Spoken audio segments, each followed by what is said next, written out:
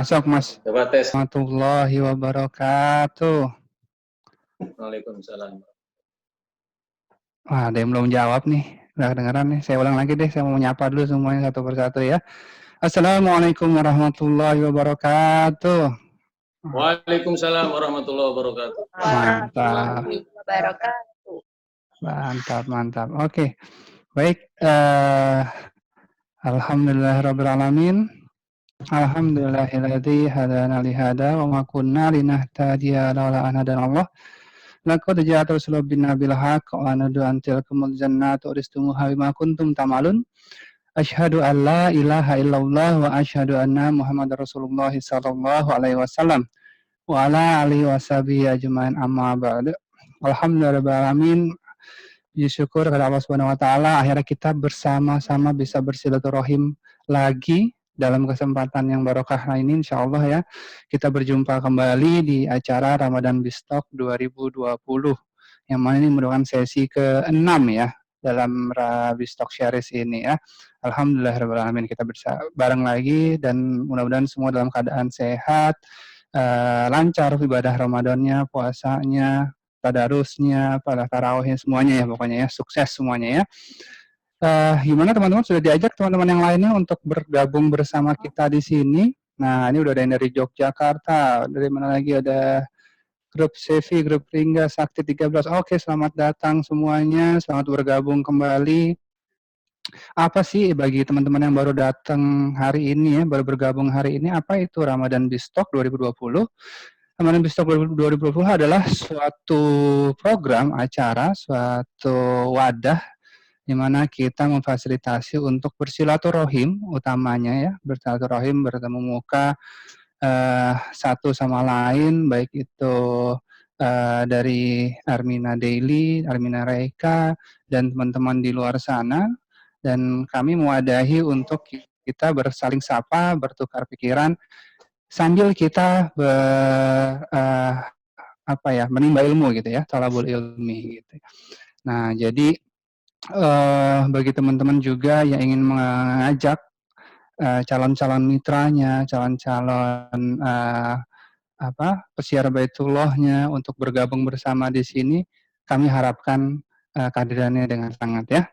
Baik Bapak Ibu, seperti yang sudah dilihat-lihat ya di flyer-flyer ya, sudah lihat di sosmed ya, bahwa hari ini kita akan mendengarkan sebuah nasihat, sebuah pengingat ya untuk kita bersama. Sebelumnya saya ucapkan terima kasih atas kehadirannya, dan saya tidak lupa salawat serta salam saya aturkan ke hadirat junjungan Nabi besar Muhammad SAW, makhluk pilihan Allah yang kita harapkan syafaatnya di yaumul akhir nanti. Baik, teman-teman, bismillahirrahmanirrahim. Rabbi shrah li sadri wa yassir li amri wahlul 'uqdatam min lisani yafqahu qawli.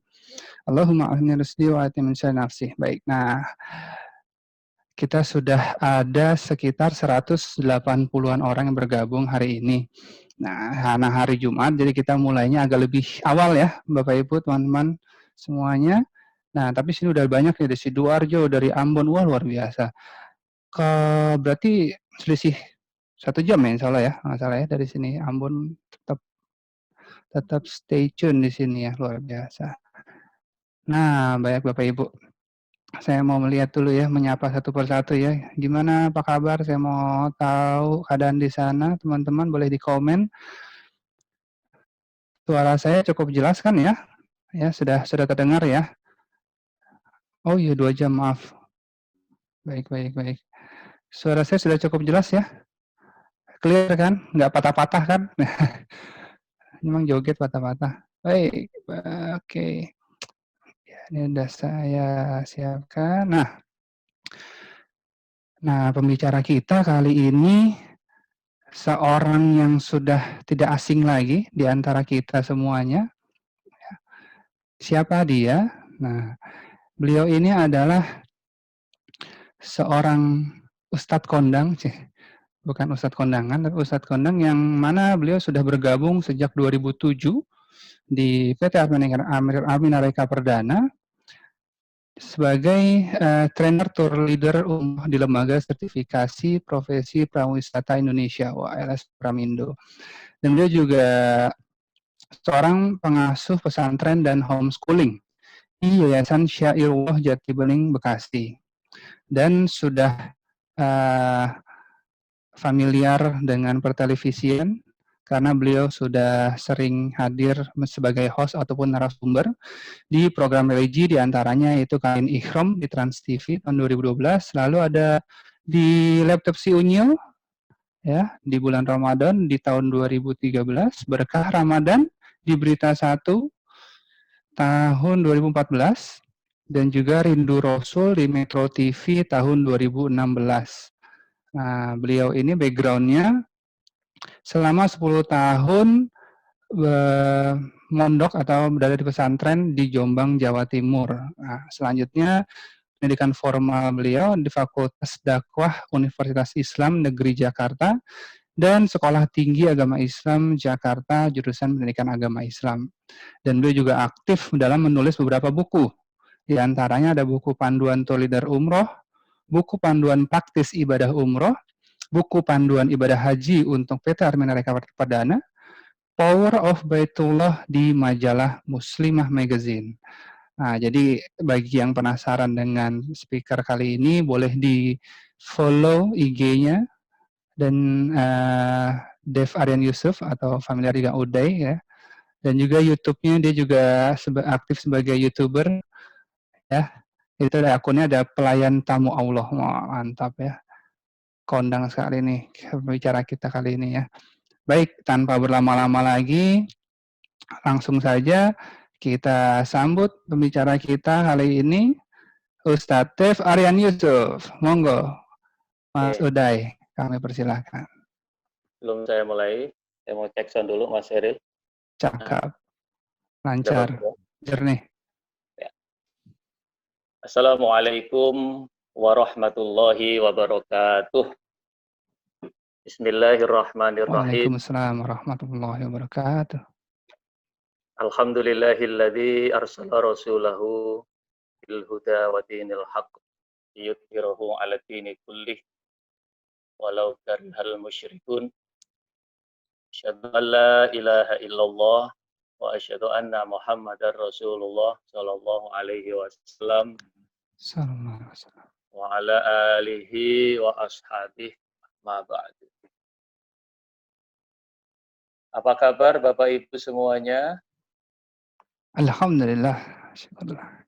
Biasanya jawabannya alhamdulillah, sukses, sehat, kaya, berkah. Salam Baitullah, Allahu Akbar. Udah kangen ya dengan jargon-jargon itu, dengan yel-yel itu. Udah lama nggak ketemu, nggak bisa kumpul-kumpul. Tapi alhamdulillah atas nikmat Allah, walaupun dalam masa-masa yang sangat dibatasi, semua dibatasi.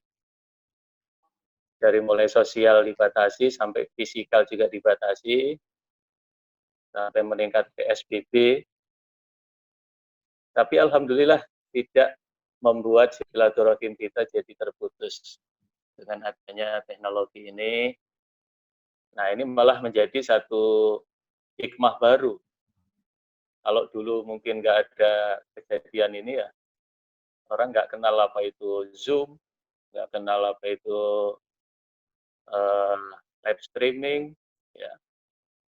Bahkan punya HP mahal-mahal, bisanya hanya telepon sama jawab WA, yang lain-lain nggak bisa menggunakan. Tapi alhamdulillah dengan adanya ya Allah memberikan hadiah peristiwa ini ya, akhirnya malah jadi kreatif. Jadi kreatif, akhirnya malah kita bisa mengadakan pertemuan sekaligus dengan jumlah yang banyak. Ya. Biasanya kalau mendatangkan mitra-mitra dalam jumlah yang banyak, harus mempersiapkan waktu, tempat, ya, biaya, dan belum lagi ada yang berhalangan, dan sebagainya. Dengan kondisi sekarang ini, malah bisa santai di rumah sambil duduk-duduk, sambil leyeh-leyeh, ya. Kita bisa sambil pertemuan, sambil meeting, jumlahnya juga ratusan, insya Allah.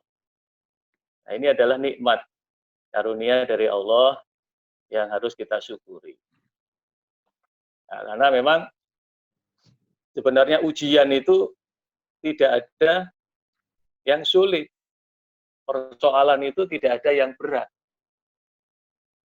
Yang bikin ujian itu sulit atau persoalan itu berat karena kita sendiri yang tidak bisa menyikapi dengan baik masalah apapun, persoalan apapun, ujian seberat apapun. Kalau kita bisa menyikapi dengan baik, bisa menyikapi dengan benar, maka tidak ada yang berat, tidak ada yang sulit. Semua pasti akan dimudahkan oleh Allah Subhanahu wa taala. Mudah-mudahan yang hadir di Bistok pada pagi hari ini senantiasa diberikan kesehatan, kekuatan, panjang umur, dan selalu dilimpahkan rezekinya oleh Allah Subhanahu wa taala. Bapak Amin. Ibu, saudaraku yang berbahagia. Kesyukuran ini harus kita tumbuhkan di dalam kehidupan kita sehari-hari. Sebab kesyukuran ini adalah modal yang paling utama untuk mencapai kebahagiaan.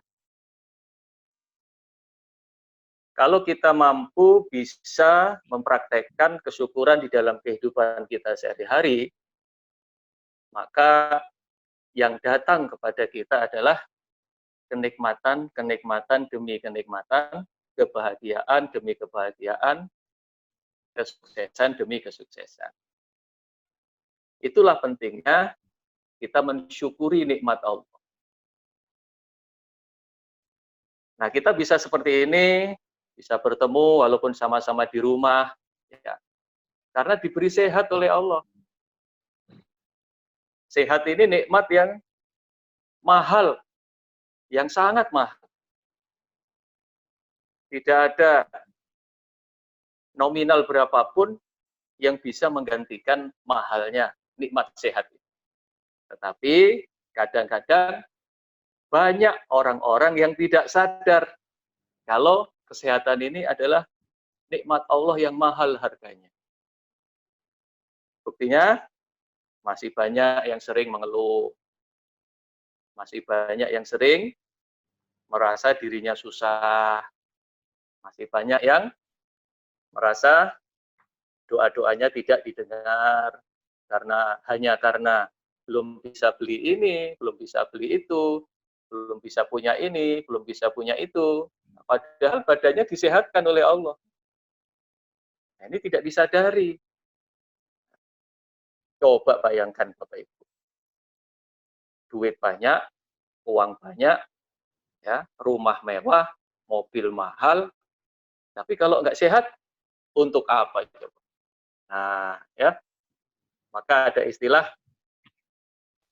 sehat bukanlah segalanya, tapi segalanya tanpa kesehatan jadi tidak ada artinya. Nah, ini saya ada cerita ini. Ada seorang pemuda miskin yang tidak kaya. Dari dulu miskin tidak kaya ya. Ada seorang pemuda miskin yang tidak kaya. Kebetulan dia juga pengangguran, tidak punya pekerjaan. Nah, kerjaannya setiap hari ngelamun terus, berhayal. Karena kebetulan sering diajak temannya ikut seminar-seminar kesuksesan. Ya, yang di situ sering diajarkan bagaimana afirmasi, membayangkan, ya, berhayal, punya rumah yang megah, punya rumah yang mewah, punya mobil yang bagus, nanti liburan ke luar negeri, umroh, lain-lain. Nah, tapi pemuda ini yang nyantol di pikirannya pada saat ikut seminar itu, yang nyantol di pikirannya hanya membayangkan. Tapi dia bingung actionnya kayak apa. Dia bingung actionnya mulai dari mana, dia nggak paham. Itu tiap harinya berkhayal enaknya ya jadi orang kaya. Nah, suatu saat dia sedang jalan, berhenti di depan rumah mewah. Di depan rumah mewah dia berhenti. Pandangi rumah itu. Dia ingat pada waktu seminar, kalau ingin sesuatu lihat, pandangi, bayangkan, ya, dipandangi rumah itu, dia pandangi, bayangkan, andaikan saya nanti yang tinggal di situ, andaikan saya punya rumah ini, alangkah bahagianya. Terus dibayangkan. Nah, kemudian tidak lama dari itu pintu pagarnya terbuka. Nah, kelihatan tuh mobilnya. Ada mobil mewah terparkir di dalam rumah itu. Dia bayang, waduh mobilnya mewah. Ada Alphard, ada Mercy, di sebelah sana lagi ada Ferrari, ada Lamborghini, sebelahnya lagi ada bajai, ada odong-odong, sepeda ontel, semua lengkap. Dia bayangkan alangkah bahagianya seandainya aku yang punya mobil ini, rumah bagus, mobil mewah, ya. Dia bayangkan terus. Nah, tiba-tiba keluarlah satpam yang menjaga rumah itu. Ya, ditegur. Ada apa, Dek?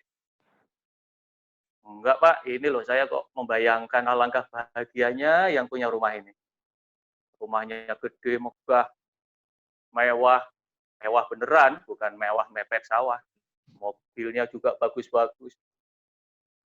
Alangkah bahagianya kalau saya punya rumah seperti ini. Satpamnya diem aja. Jadi kamu kepengen punya kekayaan seperti ini? Oh ya pengen, Pak. Nah, akhirnya nggak lama satpam masuk, terus satpam itu keluar sambil dorong kursi roda.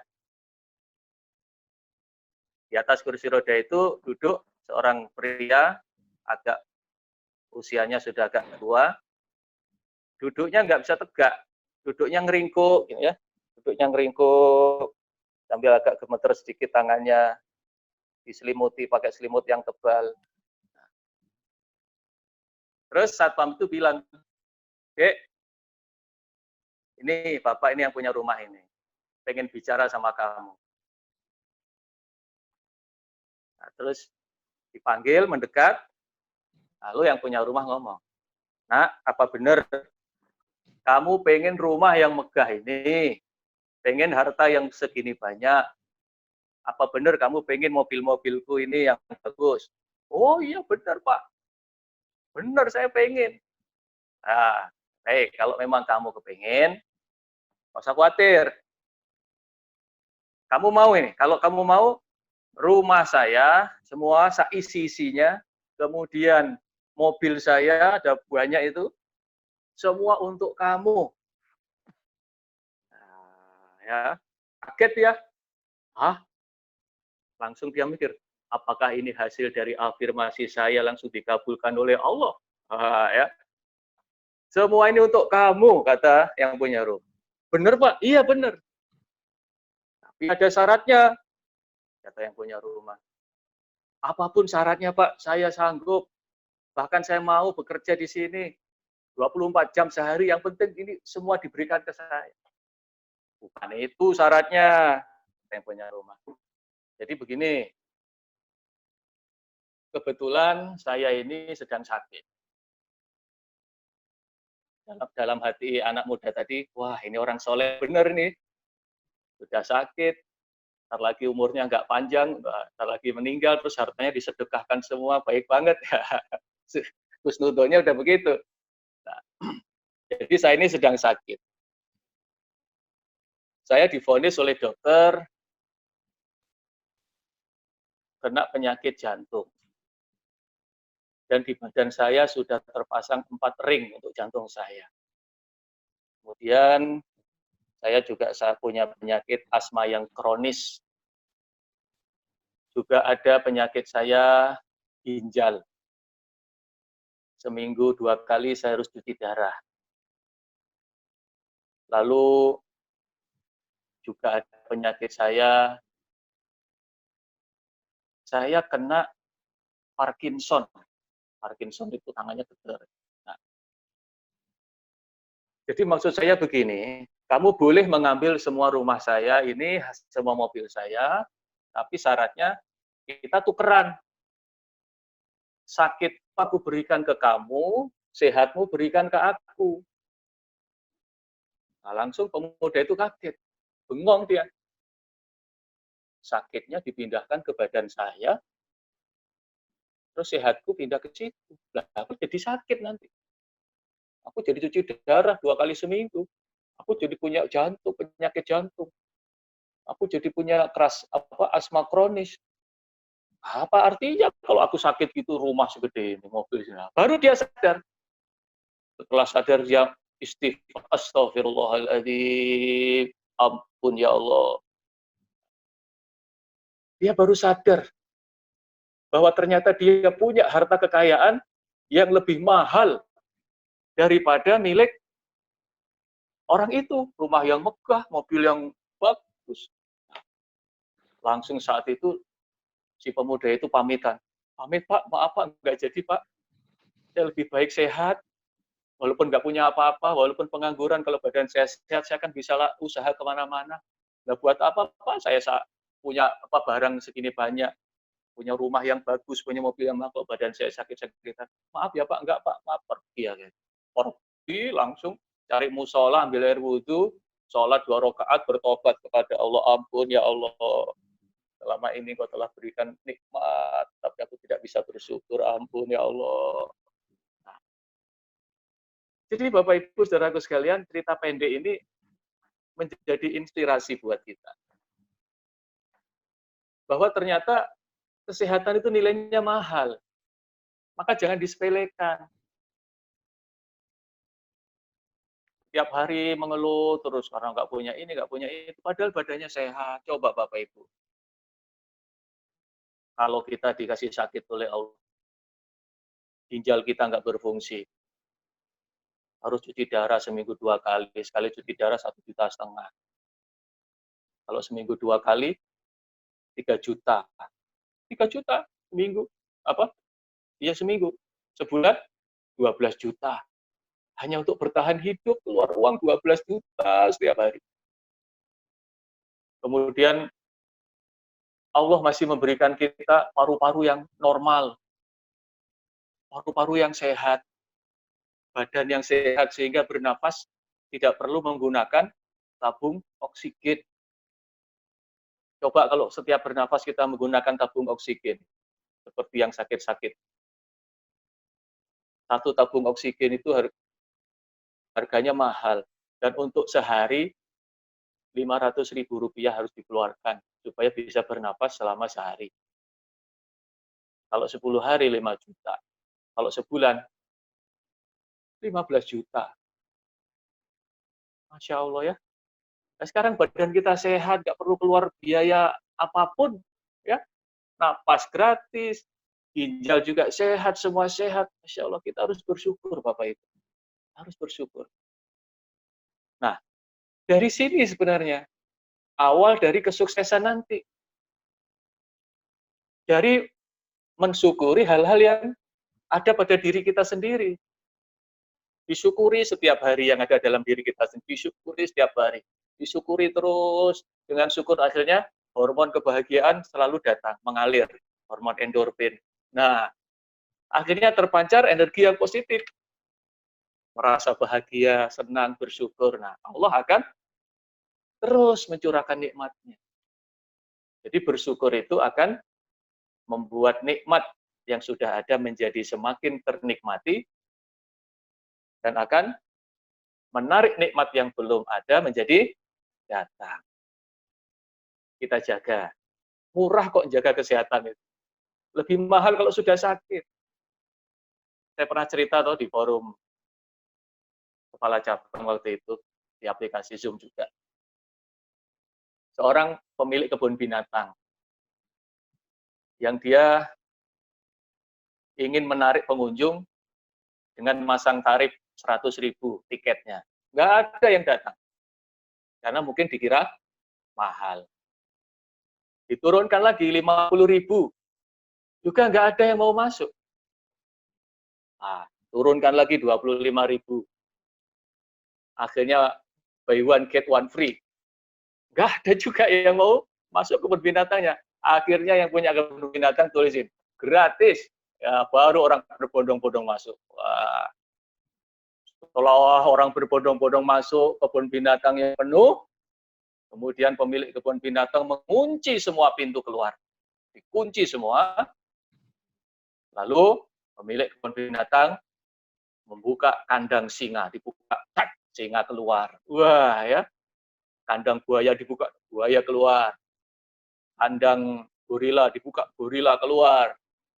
Kandang gajah dibuka, keluar gajah. Wah, pengunjungnya jadi rame, panik. Lari-lari pengen keluar dari kebun binatang. Biar nggak jadi makanan singa. Wah, biar nggak diseruduk sama gajah. Lari pas sampai pintu keluar, tertulis di situ. Keluar bayar 500.000. Wah, ya. Keluar bayar 500.000. Orang nggak mikir karena saking pengen selamat, nggak mikir lagi. Dirogoh itu kantongnya, mau bayar 500.000 supaya bisa keluar dari kebun binatang dan selamat dari kejaran binatang-binatang buas tadi. Nah, padahal tadi waktu kebun binatang itu 100.000, 50.000 itu kan murah toh. Itu nggak mau keluar duit, katanya mahal. Begitu sudah terancam jiwanya, terancam keselamatannya, 500.000 dia keluarkan tanpa pikir panjang. Kalau dia suami istri, sama anaknya 3, 1,5 juta, yang penting selamat. Nah, itulah gambarannya. Kita menjaga kesehatan itu murah. Daripada sudah masuk rumah sakit, Bapak Ibu. Ya. Hanya modal sebulan 650.000. Menjaga kesehatan modal sebulan 650.000 itu kan murah sekali. Buat apa ya? Buat beli ASIHA Pro itu 2 botol buat sebulan 650.000 kan murah. Daripada nanti udah sakit masuk rumah sakit 650.000 hanya untuk biaya kamar rumah sakit 1 malam.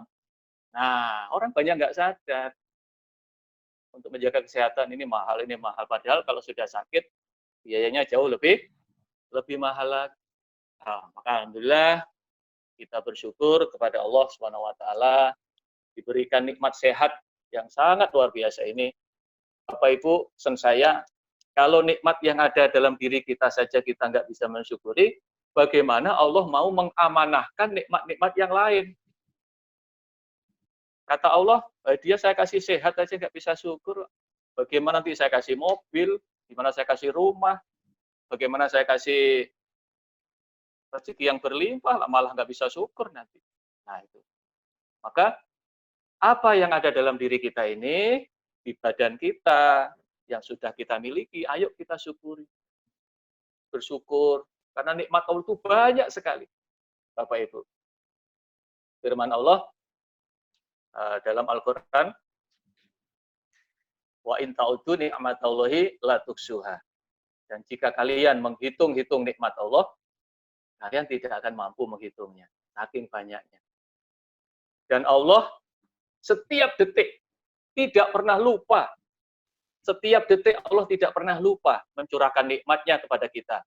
Walaupun berhari-hari kita lupa tidak bersyukur kepada Allah. Itulah maha besarnya Allah. Berhari-hari kita lupa tidak bersyukur, tapi sedetik pun Allah tidak pernah lupa memberikan nikmatnya kepada kita. Jantung kita tetap berdetak, nafas kita tetap bekerja, peredaran darah kita tetap berjalan atas nikmat Allah. Ayo kita syukuri, supaya nikmat ini terus ditambah oleh Allah. Nah, termasuk nikmat Allah yang harus kita syukuri, Bapak Ibu, Saudaraku yang berbahagia, dalam hidup ini kita kembali dipertemukan oleh Allah dengan bulan Ramadan. Kita kembali dipertemukan oleh Allah dengan bulan Ramadan. Ini nikmat loh. Maka bagaimana supaya kita bisa merasa kalau ketemu Ramadan ini nikmat, ya kita harus paham bulan Ramadan itu apa. Kalau kita tidak menganggap istimewa bulan Ramadan, kita menganggap bulan Ramadan itu bulan yang biasa-biasa saja, ya kita nggak akan bisa bersyukur. Malah pengennya cepat-cepat lebaran. Kok nggak lebaran-lebaran ya? Loh. Padahal Bapak Ibu, saudaraku sekalian, sahabat-sahabat Nabi dulu, ketika Ramadan ini sudah hampir berakhir, itu nangis, sedih, nangis. Ramadan sudah mau berakhir, menjelang lebaran itu nangis, sedih. Itu sahabat Nabi. Sama toh dengan ibu-ibu sekarang. Nah, menjelang lebaran, banyak juga yang nangis. Tapi berbeda motifnya. Ya, ya. Nah, kalau ibu-ibu sekarang ini menjelang lebaran nangis karena THR-nya sudah habis, masih musim wabah, belum bikin kue, dan lain-lain. Nangis. Tapi bukan ibu-ibu yang di sini. Ya, kalau yang di forum ini, alhamdulillah, insya Allah semuanya kaya-kaya semua. Amin, Sahabat amin. dulu menangis. Karena apa? Mau ditinggal oleh Ramadan. Nangisnya itu mau ditinggalkan oleh Ramadan. Sedih. Ya Rasul, Ramadan sudah mau pergi. Belum tentu tahun depan saya ketemu dengan Ramadan lagi ya Rasul. Nah, sedih. Nah, maka kalau sekarang ternyata kita dipertemukan lagi oleh Allah dengan bulan Ramadan, maka ini karunia yang tiada tara. Nikmat yang begitu luar biasa ya. Harus kita syukuri. Kalau saya gambarkan begini Pak. Kalau saya gambarkan diri kita ini adalah mobil. Kita ini ibarat mobil yang sudah berjalan selama 11 bulan. Kita ini ibarat mobil kendaraan yang berjalan selama 11 bulan. Jalan melewati lumpur, melewati jalan-jalan rusak, ya melewati berbagai medan yang bermacam-macam. Sehingga kebayang Bapak Ibu seperti apa wujud mobil itu. Ya sudah mungkin kaki-kakinya sudah mulai pada rontok, ya.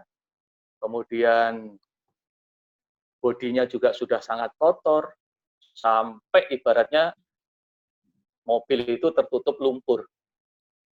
Seperti yang ada di slide itu.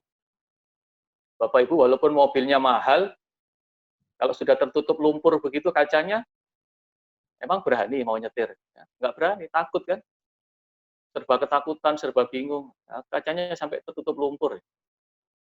Jadi badan kita seperti itu. Selama 11 bulan itu sudah melanglang buana kemana-mana, dosa, maksiat, perbuatan-perbuatan yang dimurkai oleh Allah kadang kita lakukan. Diri kita ini sudah penuh dengan dosa.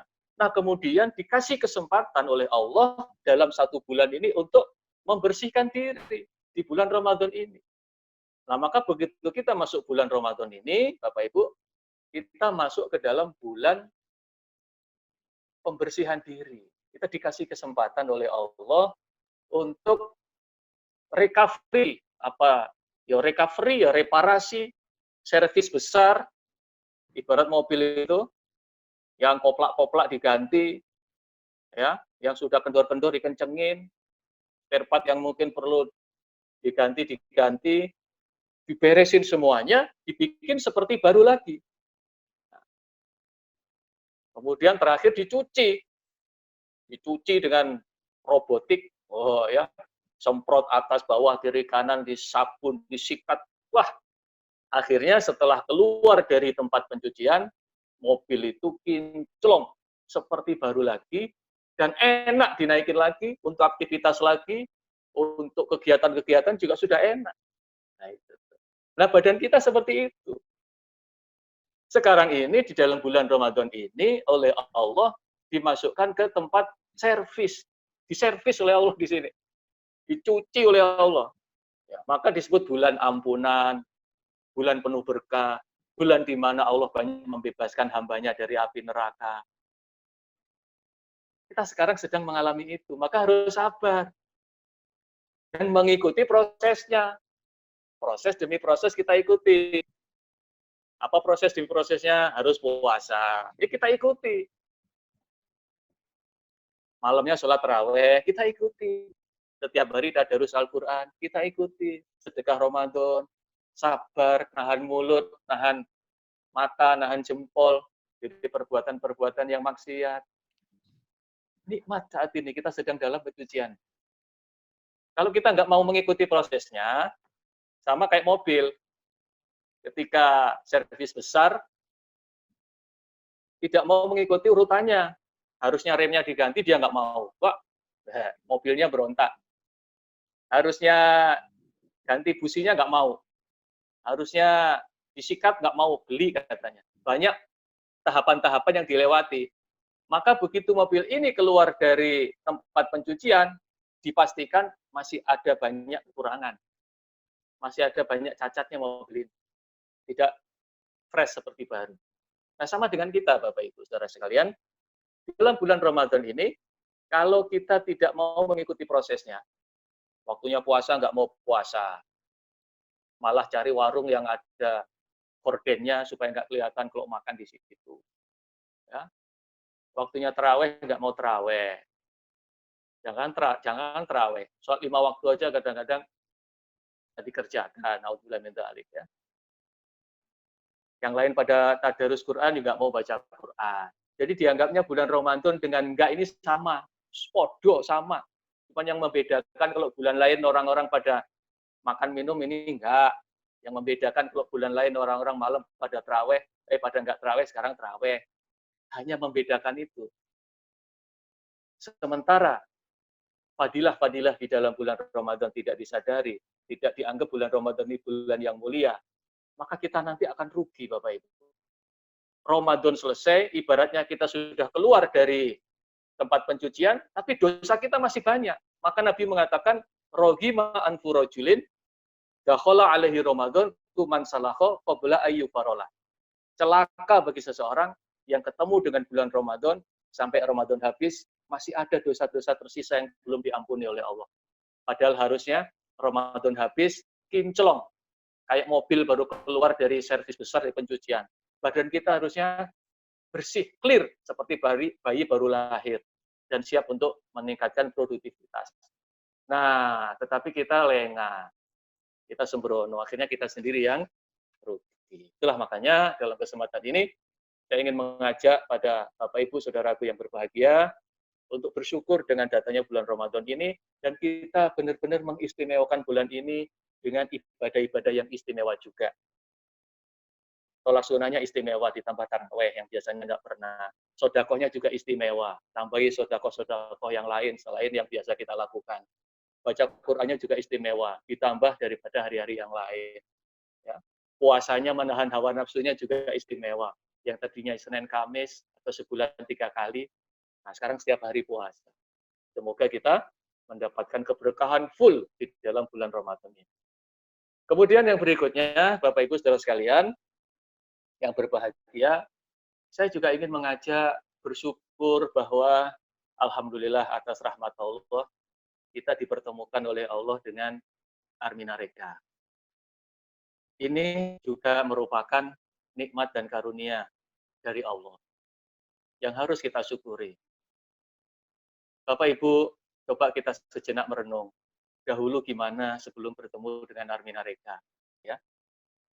Jangankan tasbih, tahlil, tahmid, wah, baca Quran aja nggak pernah, pikir juga jarang. Pakaian juga tidak menutup aurat, ya boro-boro pakai pakaian panjang. Dulu pakaiannya ya mengumbar aurat, pahanya kemana-mana, dadanya kemana-mana. Hanya pakai you can see rok mini belek buri. Setelah itu boro-boro pergi ke Mekah. Sholat ke masjid di komplek aja nggak pernah, jarang. Ya. Alhamdulillah, atas izin Allah, atas karunia Allah, setelah bertemu dengan Armina Reka, bolak-balik akhirnya kita pergi umroh. Akhirnya Allah melimpahkan rezeki. Akhirnya dirubah kehidupan kita oleh Allah menjadi lebih baik, lebih soleh, lebih agamis, lahir batin. Setiap saat yang kita ucapkan selalu tasbih, takbir, Allahu Akbar, Subhanallah, husnuzon, yakin dengan pertolongan Allah. Luar biasa itu. Perubahan yang sangat luar biasa. Kesabarannya jadi meningkat. ketabahannya jadi meningkat, ya. Kemudian akhlaknya jadi jauh lebih baik. Nah, maka kita bersyukur kepada Allah. Hakikatnya semua hidayah milik Allah dengan wasilah yang bermacam-macam. Dan dilalah wasilahnya ini adalah Armina Reka. Maka untuk itu Bapak Ibu kita bersyukur dan kita pertahankan apa yang sudah baik dalam diri kita, jangan berubah kembali menjadi tidak baik. Na'udzubillah. Dan Bapak Ibu saudaraku sekalian yang kebetulan sudah berkecimpung, berkiprah di dalam mensiarkan Baitullah, pesan saya, ayo tetap menjadi pensiar Baitullah. Karena itu insya Allah keberkahan dalam kehidupan kita. Kita mengajak orang-orang untuk meramaikan masjid di kampung saja mulia sekali. Apalagi kita mengajak umat Islam pergi ke Baitullah, Masya Allah ya. Jangan berhenti terus mensiarkan Baitullah. Dan ditingkatkan lagi, Bapak Ibu, selain mensiarkan Baitullah juga melayani tamu-tamu Allah. Kita urusi kebutuhannya, kita antarkan ke Baitullah. Bapak Ibu menjadi para tour leader yang luar biasa melayani para tamu-tamu Allah. Berkah. Kadang-kadang kalau kita lihat di luar Bapak Ibu, hanya pengen pergi umroh saja harus menunggu setahun, 2 tahun, 3 tahun.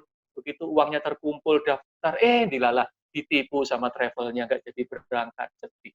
Alhamdulillah Bapak Ibu saudaraku sekalian, akhirnya dengan wasilah Armina Reka kita sering berangkat ke tanah suci, ketemu tempat mustajab setiap bulan, setiap setahun sekali, setahun 2 kali, itu kan luar biasa.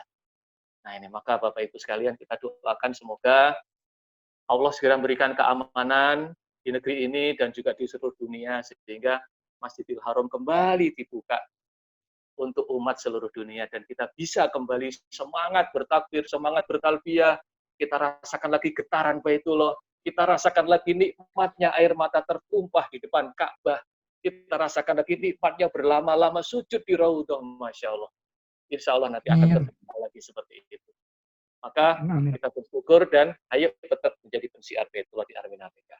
Kemudian juga kita bersyukur Bapak Ibu, Allah pertemukan lagi kita dengan Armina Daily. Nah, ini merupakan nikmat Allah juga. Sebuah wasilah rezeki yang datang bukan tiba-tiba, tapi dengan penuh dinamika, pasang surut, naik turun, dan gelombang badai yang menerpa, akhirnya Allah takdirkan, Allah izinkan lahirlah Armina Daily. Dan Bapak Ibu sudah bermitra di dalamnya. Ini nggak kebetulan. Tapi ini adalah izin Allah. Semua adalah izin Allah. Terjadinya semua atas izin Allah. Maka ketika Bapak Ibu kita sudah ditakdirkan sekarang alhamdulillah bermitra dengan Armina Daily, kita syukuri. Ini nikmat Allah. Karunia Allah. Insya Allah akan menjadi wasilah rezeki yang barokah dunia akhirat. Kalau saya gambarkan pohon Bapak Ibu, Armina Daily ini seperti pohon beringin. Tapi masih bibit. Ya. Yang namanya bibit pohon itu, Bapak Ibu, kadang-kadang sama. Nggak ada beda antara pohon beringin, pohon jambu, pohon pepaya, pohon mangga, ya, pohon asem. Itu kalau masih bibit, sama, nggak kelihatan. Nah, tapi ini adalah bibitnya bibit pohon beringin. Tahu pohon beringin kan ya? Pohon beringin, nah, nggak ada yang nggak tahu pohon beringin ya. Nah, bibit ini kalau ditanam dengan benar, disiram dengan benar, dipupuk dengan benar, dirawat dengan penuh amanah, ya, dirawat dengan penuh kasih sayang, maka lama-lama akan tumbuh ini, tumbuh, ya, pelan-pelan tapi pasti tumbuh, tumbuh, tumbuh, tumbuh, tumbuh, tumbuh. Nah, pohon beringin ini kalau sudah tumbuh menjadi besar, daunnya rindang, maka orang akan berdatangan ke bawah pohon beringin itu karena merasakan kesejukannya, karena merasakan kedamaian dan ketentraman. Ketika di mana-mana galau, datang ke bawah pohon beringin, berteduh, sambil gelar tikar, kemudian makan bareng-bareng dengan keluarga, nikmat. Ya. Atau olahraga di bawah pohon beringin, nikmat. Ngobrol-ngobrol, ngopi-ngopi di bawah pohon beringin, adakan kajian di bawah pohon beringin, sejuk. sejuk, adem, anginnya semilir, jadi menaungi banyak orang. Nah, itulah Armina Daily, insya Allah akan seperti itu. Ketika nanti sudah besar, buahnya, ya, daunnya sudah makin rindang, nah, baru kita merasakan. Orang akan nengok semua dan pengen, aduh enaknya ya kalau berteduh di pohon beringin itu. Nah, tapi sekarang ini ya perjuangan, bagaimana merawat dengan baik, bagaimana memupuk dengan baik, bagaimana merawat dengan kasih sayang, insya Allah nanti akan menjadi besar. Kalau saya ibaratkan mobil, Armina Daily ini kendaraan yang sudah siap pakai. Sudah ready semuanya, dan lengkap, instrumennya sudah lengkap. Ya. Sudah lengkap, tombol-tombolnya, instrumennya, semua sudah lengkap. Tinggal sopirnya, berani apa tidak membawa mobil ini. Ya. Karena mobil ini kalau digas, diinjek gasnya, itu akan melaju kencang. Gitu. Nah, tinggal berani nggak sopirnya bawa mobil ini? Bisa nggak mengoperasikannya? Amanah nggak di dalam mengendarai? Sebab mobil ini nanti akan melewati jalanan yang kadang-kadang rusak, kadang-kadang berlubang, ya, kadang-kadang tanjakan, turunan. Nah, maka sopirnya harus siap. Nah, Bapak Ibu Saudaraku sekalian, alhamdulillah, jadi Armina Daily ini sudah komplit. Produknya bermanfaat untuk masyarakat. Ini kelebihan loh Bapak Ibu. Sehingga manakala nanti Bapak Ibu menyampaikan produk ini kepada konsumen, maka niat kita adalah ingin memberikan manfaat kepada orang lain. Di mana yang tadinya orang nggak sehat, alhamdulillah dengan wasilah produk ini Allah paling sehat. Yang tadinya sakit Allah paling sembuh. Manfaat banyak orang produknya. Kemudian secara instrumen yang lain, legalitas baik dari sisi pemerintahan maupun dari sisi syariah, semua sudah ada.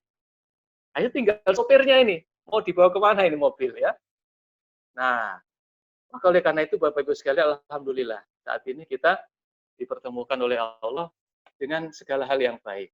Insya Allah kalau dari awal niat kita baik, akan selalu dipertemukan oleh hal-hal yang baik, walaupun mungkin ada kendala, ada ujian, ada cobaan, itu wajar. Tapi kalau kita istiqomah, insya Allah Bapak Ibu sekalian, ini akan menjadi wasilah rezeki yang akan mensejahterakan umat, insya Allah bahagia dunia dan di akhirat. Nah, Bapak Ibu Saudaraku sekalian, kita harus sadar sesadar-sadarnya bahwa rezeki itu memang datangnya dari Allah. Betul. Rezeki itu datangnya dari Allah. Tidak tiba-tiba datang brek di depan kita. Tetapi juga Allah memberikan banyak cara untuk menjemput rezeki dari Allah tersebut. Nah, salah satunya sudah Allah tunjukkan, berikan ini jalan cara untuk menjemput rezeki dari aku. Nah, maka Bapak Ibu Saudaraku sekalian, ketika kita sudah komitmen, sudah niat untuk menjalankan Armina Daily ini, kita harus yakin bahwa setiap yang kita lakukan pasti ada imbalan yang Allah berikan. Pasti ada rezeki yang sudah Allah siapkan. Jangan takut gagal, jangan takut tidak dapat apa-apa, pasti ada. Wa ma min dabatin fil ardi illa 'alallahi rizquha. Tidak ada makhluk di muka bumi kecuali Allah yang menjamin rezekinya. Nah, maka dengan modal ini, insya Allah Bapak Ibu, dalam melangkah kita akan tetap semangat walaupun kita menghadapi banyak kendala, banyak ujian. Bapak Ibu Saudaraku sekalian, kalau kita sadar bahwa rezeki itu datangnya dari Allah, maka kita akan bisa memposisikan diri, bisa membatasi diri antara semangat menjemput rezeki dengan semangat di dalam mendekatkan diri kepada Allah.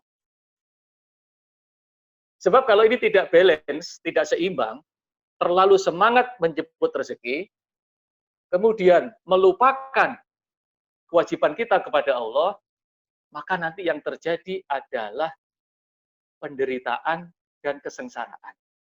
Makin banyak yang dicapai, makin berat beban pikirannya. Karena apa? Yang di kepalanya adalah dunia terus, sukses terus.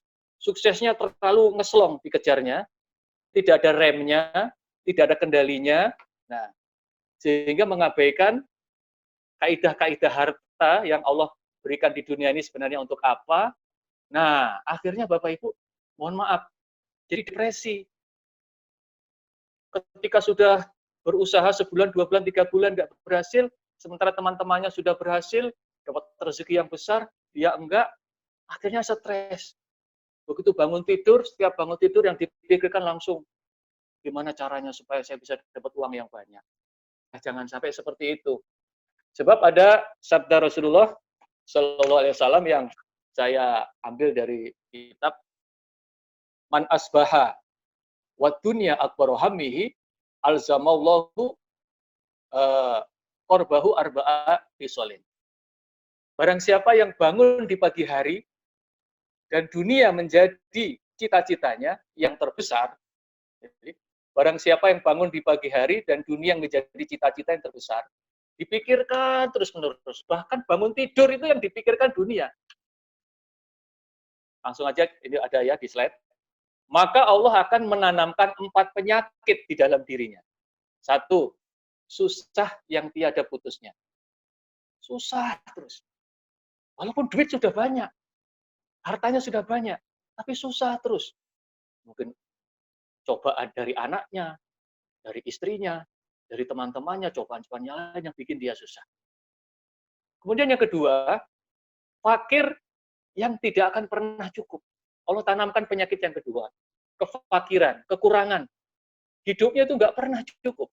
Padahal duitnya sudah banyak, ya, mobilnya sudah banyak, apa-apa tinggal beli. Tapi hatinya itu masih kekurangan terus, masih butuh terus, ya.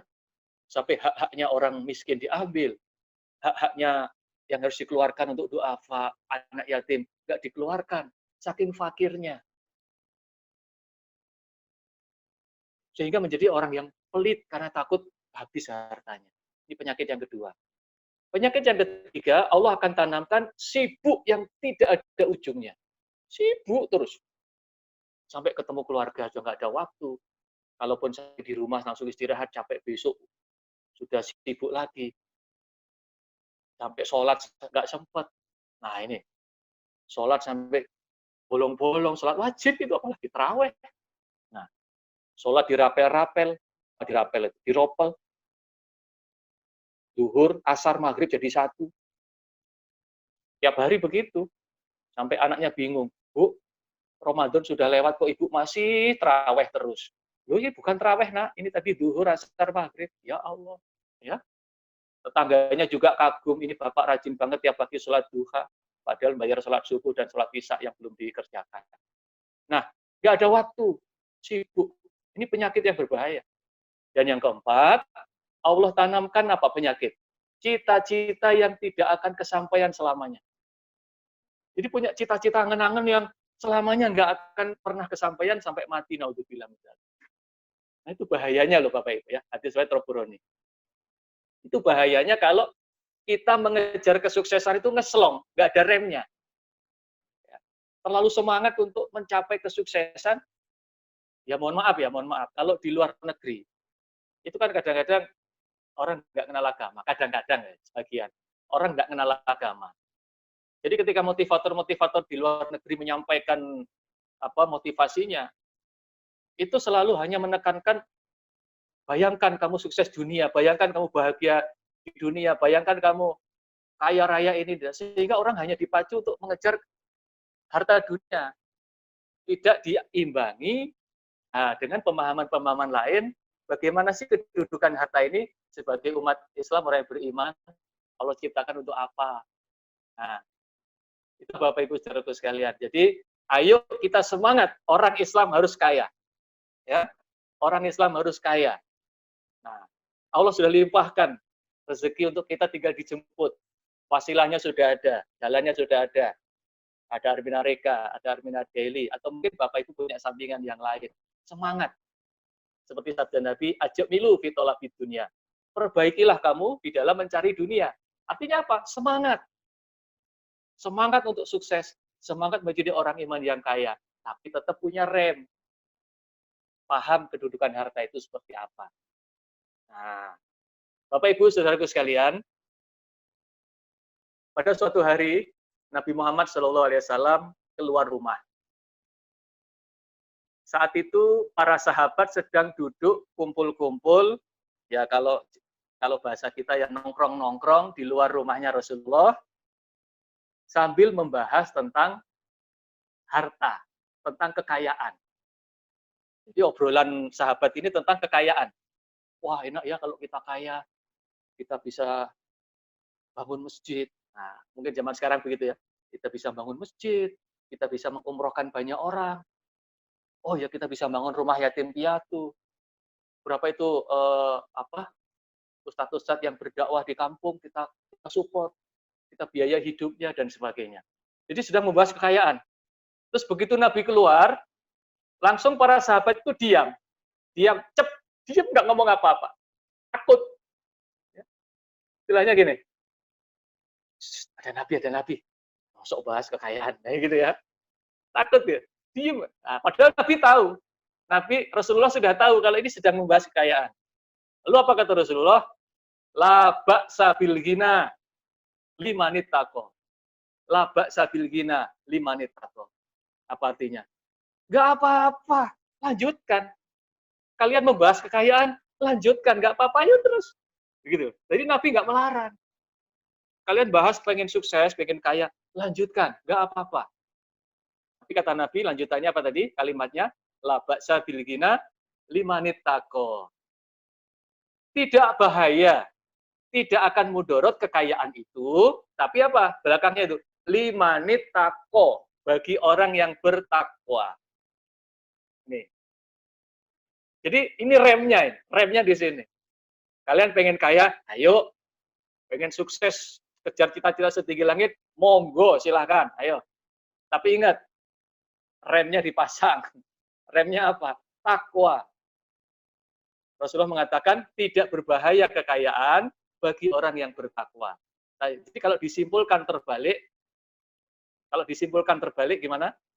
Berarti kekayaan itu berbahaya kalau kita kurang bertakwa. Nah, ini di slide. Kita coba pilah. Harta kekayaan di tangan orang yang bertakwa dan di tangan orang yang tidak mengatakan tidak bertakwa ya. Kurang bertakwa gitu ya. Nah, ini. Jadi harta kekayaan kalau kita bertakwa kepada Allah ya, maka tidak berbahaya buat kita. Tapi kalau kita kurang takwa, harta kekayaan itu akan berbahaya. Bagaimana harta kekayaan kalau dipegang orang yang bertakwa? Maka harta itu dalam genggaman. Harta itu di dalam genggaman. Tapi kalau orang yang kurang bertakwa, memposisikan harta itu di dalam hati. Apa bedanya? Ya beda noh. Di genggaman dengan di hati. Di genggaman berarti apa? Dikuasai. Kalau di dalam hati berarti kita dikuasai oleh harta. Nah, ini bahaya. Kalau di dalam genggaman ya kita yang menguasai harta, kita kendalikan. Waktunya azan, sholat. Mau kita yang mengendalikan harta kok. Jadi nggak takut rugi, nggak takut berkurang keuntungannya gara-gara tinggal sholat. Sedekah ya sedekah, wong harta di genggaman. Harus waktunya dilepas di genggaman, ya. Nanti nyari lagi, diambil lagi. Itu kalau orang yang bertakwa. Tapi kalau orang yang kurang bertakwa, harta itu di dalam hati. Dikuasai terus oleh harta. Mau ngapa-ngapain nggak berani. Takut hartanya berkurang, takut usahanya gagal, takut bangkrut dan sebagainya. Nah, ini orang yang sangat menderita kalau sudah dikuasai oleh harta. Kemudian yang kedua, harta di tangan orang yang bertakwa, itu orang yang bertakwa makin tidak sayang dengan harta, lah orang yang kurang takwa makin sayang dengan hartanya. Jadi orang bertakwa itu dengan harta itu nggak sayang. Nggak sayang gimana maksudnya? Ya misalnya ada Pak RT datang, Assalamualaikum Pak, ini buat takjil Pak di kampung sini. Oh ya, butuhnya berapa? Cuma butuh 50.000, nih kasih 100.000. Loh, gitu loh. Jadi nggak sayang sama harta, perlu dikeluarkan, dikeluarkan. Nah, Pak ini ada bangun masjid, butuhnya berapa? Ya saya semen 1 ton, atau semen 10 sak, semen 50 sak. Nah, tapi kalau orang yang kurang takwa, dengan harta itu makin sayang, makin takut ya kalau diambil orang, makin takut berkurang. Pelitnya, Masya Allah. Mohon maaf ya, ini hanya contoh, insya Allah nggak ada di sini. Baru bisa beli mobil Daihatsu Sigra saja ya, ada tetangganya butuh buat ngantar ke rumah sakit, nggak mau minjemin. Ini nek rusak piye? Kalau rusak gimana? Nanti kalau nyerempet bagaimana? Halah, terlalu sayang pada hartanya sehingga malah tidak manfaat. Tapi kalau orang yang takwa, mau pinjam mobil, ya sana pakai. Begitu dipulangin, waduh Pak, maaf tadi nyerempet. Walah rapopo. Yang namanya jalan di jalanan ya nyerempet itu biasa. Nggak apa-apa, nanti saya benerin. Maaf Pak, ini saya nggak ada, ya gampang nanti saya benerin. No. Namanya barang kelihatan ya kadang rusak, ya kadang nyerempet, kadang apa. Udah nggak apa-apa, yang penting manfaat. Itu Bapak Ibu, orang yang bertakwa itu makin nggak sayang dengan harta. Silahkan, mau ambil silahkan, yang penting manfaat buat kalian. Lah orang yang kurang takwa, makin pelit, makin takut, makin takut. Wah, baru punya emas sebesar jempol aja, wow, disimpan di dalam dompet, dompetnya dikunci, dompetnya masukkan ke laci, lacinya dikunci, lacinya di dalam lemari, lemarinya dikunci, lemarinya di dalam kamar, kamarnya dikunci. Setelah itu keluar, rumahnya dikunci. Keluar rumah, ada pagar dikunci lagi, takut hilang. Dilalah kuncinya hilang kabeh, kuncinya hilang, so bingung tau. Nah, Bapak Ibu, maka kalau kita pengen kaya, kita harus takwa dulu. Dan anehnya Bapak Ibu, anehnya, orang yang makin tidak sayang dengan harta, ya, kalau orang yang tidak sayang dengan harta, yang selalu dibagi-bagikan, itu bukan malah miskin, tapi tambah kaya. Zaman dahulu, zaman Rasulullah ada namanya sahabat Abdurrahman bin Auf. Abdurrahman bin Auf itu Bapak Ibu kaya raya. Sampai asetnya itu triliunan. Itu saking pengennya miskin. Dia pengen miskin, saking nggak sayang sama harta Bapak Ibu. Dia malah pengen miskin, aneh ya. Jadi waktu perang dari Pulang Tabuk itu kebetulan pertanian Madinah surut. Semua kebun-kebun kurma di Madinah itu hasilnya tidak baik. Bahkan 90% kebun kurma di Madinah itu buahnya busuk. Nah, sehingga para petani di Madinah waktu itu sedih. Aduh, gimana kalau kurma busuk, apa laku? Nah, Abdurrahman bin Auf kasihan ya, karena melihat orang-orang Madinah begitu, akhirnya Bapak Ibu, karena ingin menolong petani-petani di Madinah, Abdurrahman bin Auf mau memborong itu semuanya. Ya. Kurma busuk semua diborong. Maka bikin pengumuman. Ya. Siapa yang punya kurma busuk sini, saya beli seperti harga kurma normal. Ya, orang datang semua ke rumahnya Abdurrahman bin Auf. Abdurrahman bin Auf keluarkan hartanya. Bapak Ibu, sampai hartanya Abdurrahman bin Auf itu habis. Dan yang ada hanya kurma busuk. Tapi Abdurrahman bin Auf merasa, alhamdulillah ya Allah, enteng rasanya. Tapi gak lama kemudian ada utusan raja dari Yaman datang. Dia mencari kurma busuk. Sebab waktu itu di Yaman sedang ada wabah yang hanya bisa disembuhkan dengan makan kurma busuk. Nah, sehingga begitu mendengar Abdurrahman bin Auf punya kurma busuk, utusan raja itu datang, semua kurma busuknya diborong dengan harga 10 kali lipat. Abdurrahman bin Auf kaya lagi, uangnya banyak lagi. Itu. Jadi Bapak Ibu, orang itu kalau nggak sayang sama harta, nyah-nyoh, kata orang Jawa. Nyah-nyoh, nyah. Itu malah tambah kaya. Ibarat sumur itu makin digali, makin diambil airnya, makin bening. Nah itu ya. Kemudian yang ketiga, kalau kita takwa dalam memegang harta, maka hati ini akan dipenuhi kecukupan. Dipenuhi kecukupan. Cukup terus. Harta mau disedekahkan berapapun tetap cukup. Padahal baru saja sodako buat masjid 1 miliar. Tapi nggak merasa kehilangan. Tetap cukup hatinya itu. Nah kalau orang kurang takwa, dipenuhi kefakiran. sedekah Jumatan 100.000 saja dipikir terus sampai sore hari, gara-gara keliru ngambil. Padahal niatnya sudah sedekah 2.000, dia salah ngambil, terus yang dimasukkan 100.000. Sampai rumah kaget, aduh, kenapa tadi 100.000 yang saya infakkan? Dipikir sampai sore, menyesal. Ya, saking takutnya miskin, takut fakir. Nah, maka Bapak Ibu, kalau hati kita bertakwa, kemudian memegang kekayaan, maka hati kita akan selalu merasa cukup, nggak takut miskin. Yang keempat, orang yang bertakwa kalau kaya itu akan fokus memberi. Fokus memberi. Jadi dia nggak mau nerima. Pengennya beri terus, ngasih. Mana nih yang belum saya kasih? Nah, tapi kalau orang yang kurang takwa, harta itu dipegang orang yang kurang bertakwa, dia akan fokus mencari. Fokus mencari. Di mana saya harus mendapatkan? Di mana saya bisa dapat? Di mana saya dapat lagi? Tapi kalau orang yang takwa dalam memegang harta, di mana saya memberi? Mana yang belum saya beri? Nah, bedanya seperti itu. Bapak Ibu, kemudian yang kelima, orang yang bertakwa kalau kaya itu makin rendah hati. Sedangkan orang yang kurang bertakwa kalau kaya makin tinggi hati. Jadi orang yang kaya, orang yang bertakwa kalau kaya makin rendah hati, andap asor.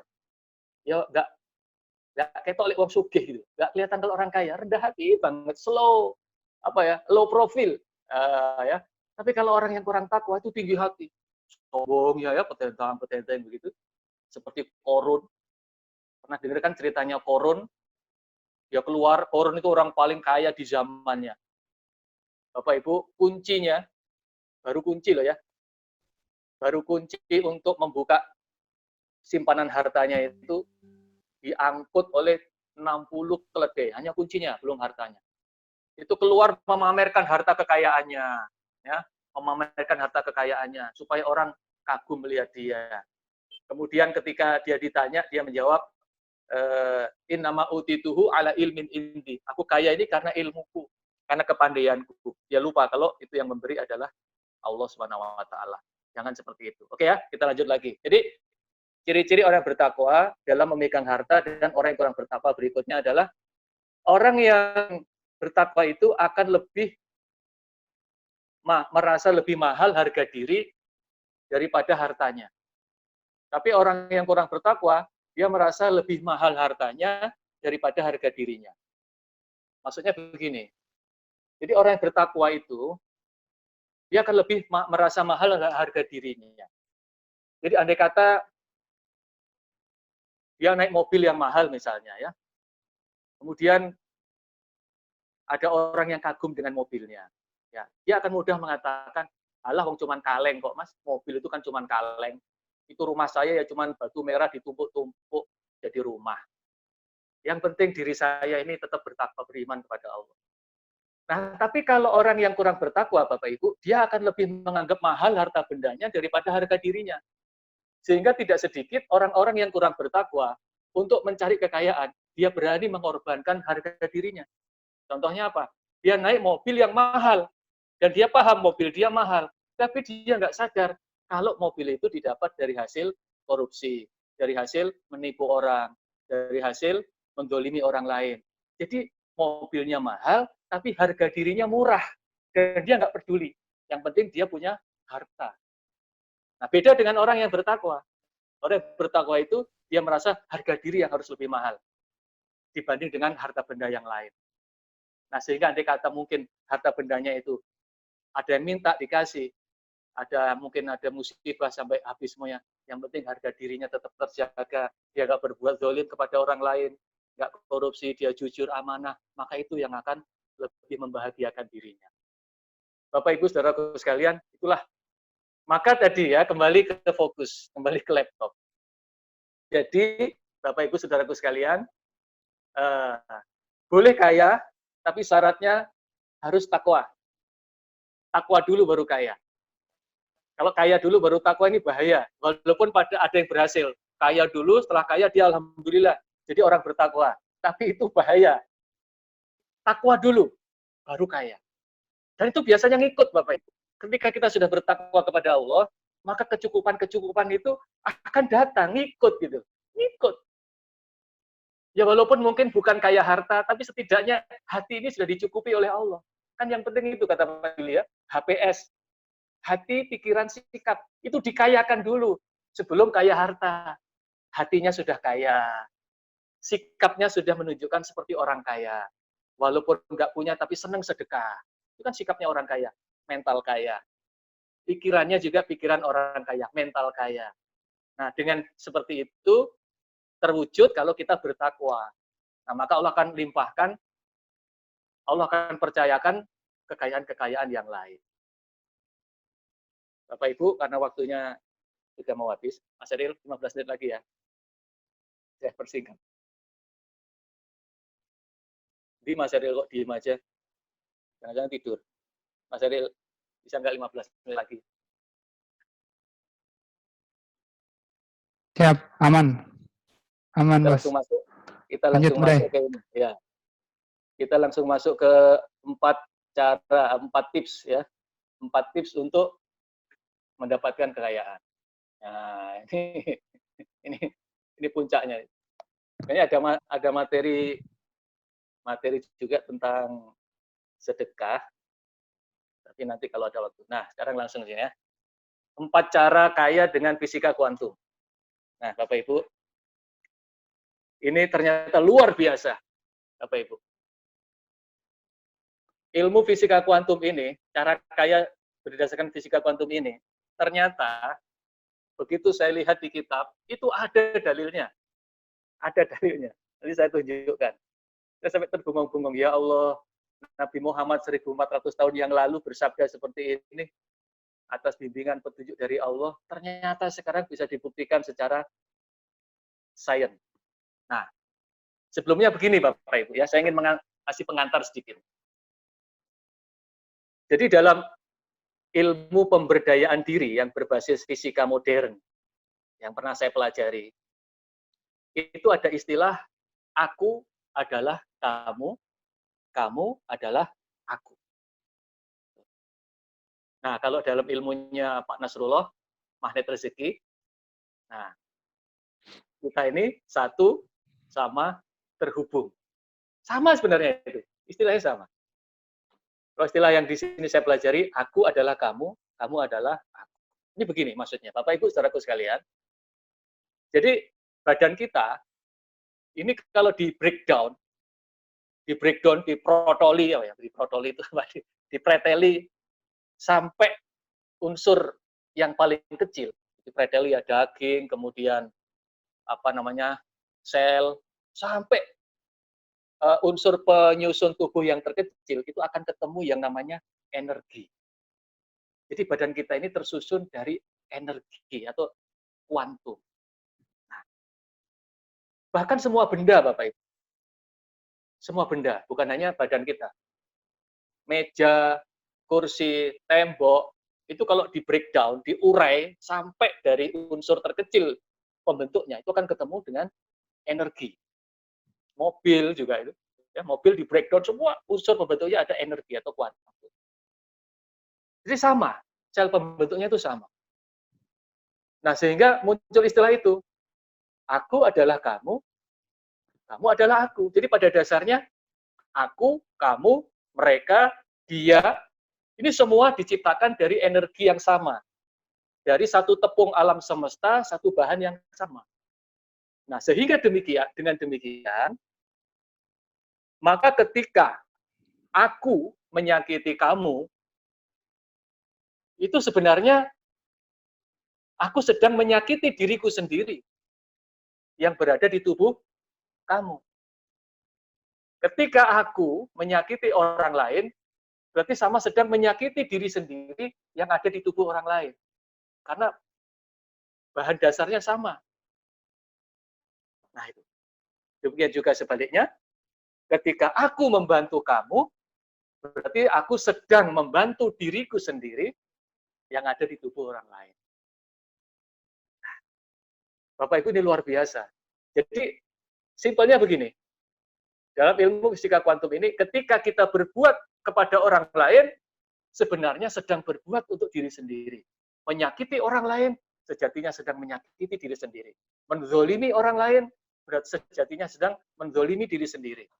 Membantu orang lain, sejatinya sedang membantu diri sendiri. Memudahkan urusan orang lain, sejatinya sedang memudahkan urusan diri sendiri. Ternyata Bapak Ibu, luar biasa subhanallah, ketemu dalilnya. Ketemu dalilnya. Rasulullah SAW bersabda, barang siapa yang menghilangkan kesusahan orang lain, maka Allah akan menghilangkan kesusahannya di dunia dan akhirat. Barang siapa yang memudahkan urusan orang lain, maka Allah akan memudahkan urusannya di dunia dan di akhirat. Barang siapa yang menutup aibnya orang lain, maka Allah akan menutup aibnya di dunia dan di akhirat. Hingga kalimat terakhir, sesungguhnya Allah akan senantiasa menolong hambanya selama dia mau menolong saudaranya. Dalilnya ada sejak 1400 tahun yang lalu, ternyata diteliti secara ilmiah ketemu. Kalau di dalam hadis ini, siapa yang nolong orang lain, loh, yang ditolong itu orang lain. Tapi kok sejatinya menolong diri sendiri, gimana logikanya? Ketemu. Ternyata kita dibuat dari energi yang sama. Nah itulah berdasarkan ilmu ini, Bapak Ibu, maka di sini ada 4 cara kaya, ya. Nah, mungkin cara kaya yang lain banyak yang dirumuskan oleh para pakar-pakar kekayaan. Nah ini saya nomor 1, saya akan coba sampaikan nih. Ubah cara berdoa kita.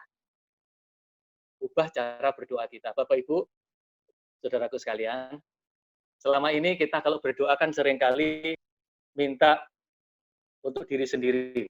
Ya Allah, berikan saya rezeki yang berlimpah, berikan anak saya, berikan saya sehat dan sebagainya. Nah, maka sekarang doanya dirubah. Ya Allah, izinkan hamba menjadi jalan rezekimu bagi sesama makhluk. Ya Allah, izinkan hamba menjadi jalan rezekimu bagi semua makhluk. Nah, jadi keizinkan hamba menjadi jalan keberkahan bagi sesama makhlukmu. Dan itu katakan dengan sungguh-sungguh di dalam hati. Jadi doa yang tujuannya untuk kebermanfaat orang lain. Maka nanti feedback-nya, kembalinya luar biasa kepada diri sendiri. Saya masih ingat Pak Ari Ginanjar, ISQ pernah mengatakan, ketika saya sedang terseok-seok membangun Menara 165, maka saya berdoa, setiap saya melihat ada bangunan yang belum jadi, saya doakan. Ya Allah, walaupun saya tidak kenal yang punya bangunan, saya doakan semoga bangunan ini cepat jadi. Setiap melihat ada bangunan, didoakan. Mendoakan orang lain walaupun tidak kenal. Nah, Bapak Ibu pengen mobil, jangan berdoa, ya Allah berikan saya mobil. Doakan, ya Allah semoga saudaraku, semuanya yang baik saya yang kenal maupun tidak kenal, yang pengen punya mobil, berikanlah mobil kepada mereka ya Allah. Bapak Ibu, nanti efeknya akan kembali pada diri kita sendiri. Silakan, mulai dari cara, ubah cara berdoa kita. Yang kedua, ya, ketika membayar apapun kewajiban kita, maka niatkan untuk menyalurkan rezeki dan sedekah. Jadi ketika membayar kewajiban apapun, niatkan untuk menyalurkan rezeki dan sedekah. Contoh, kewajiban kita apa? Bayar PLN, bayar internet, nah, apalagi bayar parkir, bayar iuran RT, bayar pajak kendaraan, bayar cicilan. Itu kan kewajiban kita, kan? Ya, itu kewajiban kita. Nah, mulai dari sekarang, niatkan setiap membayar itu, niatkanlah untuk menyalurkan rezeki. Bu, saya mau ngomong ke istrinya, Bu, saya mau menyalurkan rezeki bulan ini ke PLN, supaya nanti ini bisa untuk menggaji karyawan-karyawannya, untuk kesejahteraan karyawan-karyawannya. Nah, bayar cicilan, ini kewajiban saya, ini amanah saya yang harus saya selesaikan. Saya ingin menyalurkan rezeki kepada yang punya yang menghutangi saya supaya uang ini bermanfaat. Ya. Bayar internet, saya ingin menyalurkan rezeki sedekah kepada penyelenggara internet supaya mereka juga bisa menggaji karyawannya, supaya mereka juga bisa mengembangkan usahanya bisa manfaat buat banyak orang.